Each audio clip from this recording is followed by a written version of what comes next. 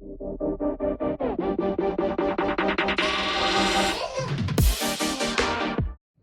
craft advisory through Thursday afternoon. Combined.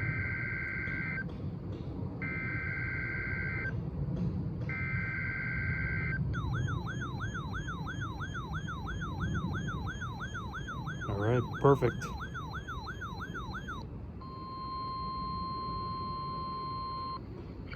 This is a test of the emergency Live voice. system and NOAA weather radio.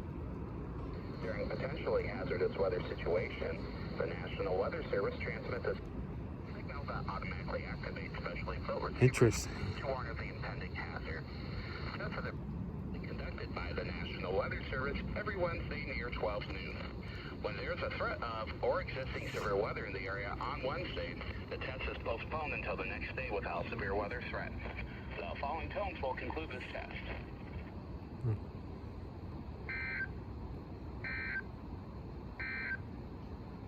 The forecast for the Grays Harbor. Jeez, live voice again. That's very rare nowadays.